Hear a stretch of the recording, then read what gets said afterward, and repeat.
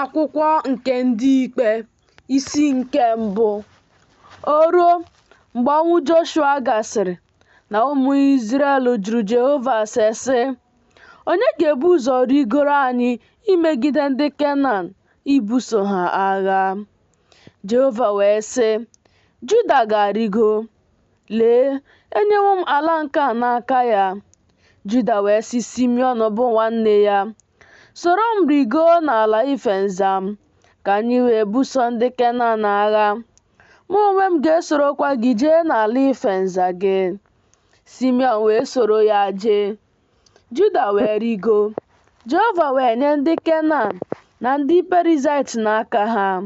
Ha wee tigbuo ha n'ime Bezek, ọgụ nnu ndị ikom na nnu 5. Ha wee hụ Adoni-Bezek n'ime Bezek. Ha wee buso ya agha, tigbuo ndị Kenan na ndị Perizait. Ma Adoni-Bezek gbalagara.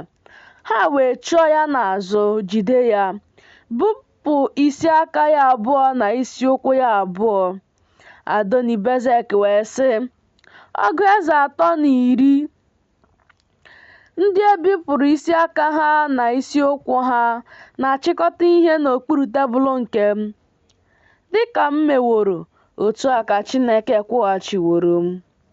Ha wee mee ka ọ baa na Jerusalem, ọ nwụọ n'ebe ahụ. Ụmụ Juda wee buso Jerusalem agha, were ọnụ mma agha tigbuo ya, suo obodo ahụ ọkụ. Emesịa, ụmụ Juda rịdara ibuso ndị Kenan agha, bụ ndị bi n'ugwu na n'ime Negeb na n'ebe dị ala ala. Juda wee jekwuru ndị Kenan ndị bi na Hebrọn. Ma aha Hebrọn na mgbe gara aga bụ Kiriat Arba, na tigbuo Sheshai na Ahiman na Talmai. O si n'ebe ahụ jekwuru ndị bi na Debịa. Ma aha Debịa na mgbe gara aga bụ Kiriat Sefa. Keleb wee sị, onye ahụ nke ga-etigbu Kiriat Sefa, were ya, m ga-enyekwa ya Aska bụ nwa m nwanyị na nwunye. Otniel nwa Kenez, nwanne nta Keleb, wee were ya. O wee nye ya Aska bụ nwa ya nwanyị na nwunye.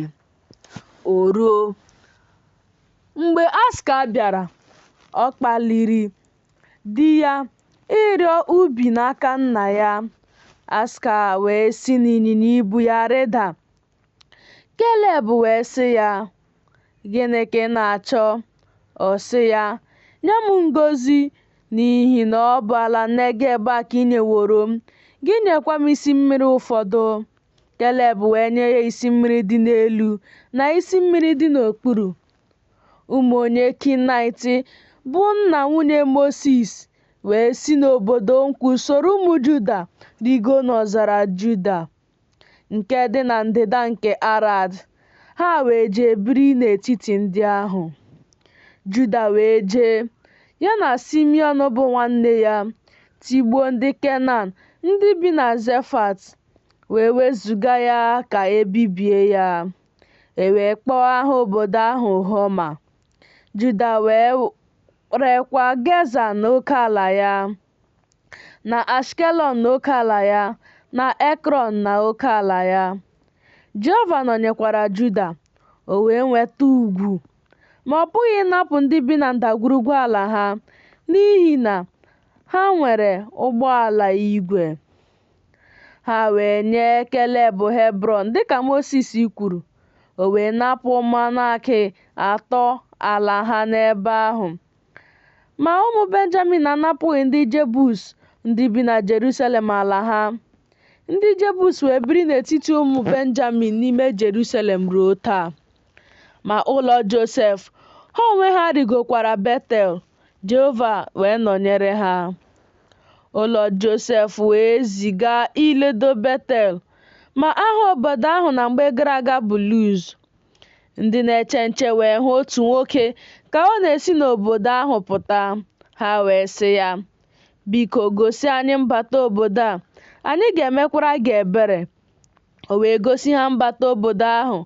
Ha wee were ọnụ mma agha tigbuo obodo ahụ, ma ha zipụrụ nwoke ahụ na agbụrụ ya niile. Nwoke ahụ wee jee ala ndị Het wuo obodo kpọọ aha ya Luz, nke ahụ bụ aha ya ruo taa.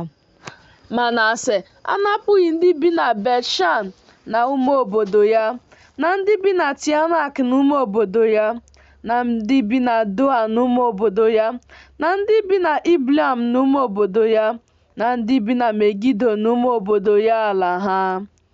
Ma ndị Kenan jisiri ike ibiri n'ala ahụ. O ruo mgbe Izrel dị ike, ha tinyere ndị Kenan n'ife ofufe, ma ha anapụsịghị ha ala ha. Ifrem anapụghịkwa ndị Kenan ndị bi na Gezia ala ha. Ndị Kenan wee biri na Gezia n'etiti ha. Zebulọn anapụghị ndị bi na Kitron na ndị bi na Nahalol ala ha. Ndị Kenan wee biri n'etiti ha, ghọọ ndị nọ n'ife ofufe. Asha anapụghịkwa ndị bi na Akọ, na ndị bi na Zaidọn, na Alab, na Akzib, na Helba, na Afik, na Rehob ala ha. Ndị Asha wee biri n'etiti ndị Kenan bụ ndị bi n'ala ahụ, n'ihi na ha anapụghị ha ala ha. Naftali anapụghịkwa ndị bi na Bet-Shemesh na ndị bi na Betanat ala ha. Ha wee biri n'etiti ndị Kenan bụ ndị bi n'ala ahụ. Ma ndị bi na Bet-Shemesh na Betanat ghọrọ ndị na-efe ha ofufe. Ndị Amọrait wee kpagide ụmụ Dan n'ugwu, n'ihi na ha ekweghị ka ha rịda na ndagwurugwu. Ma ndị Amọrait jisiri ike ibiri n'ugwu Heres na Jalon na n'ime Shalbim. Ma aka ụlọ Josef dịkarịrị arọ, ha wee ghọọ ndị nọ n'ife ofufe. Oke ala ndị Amọrait wee site na nrigo Akrabim, site na nkume dị elu ahụ wee rigoo.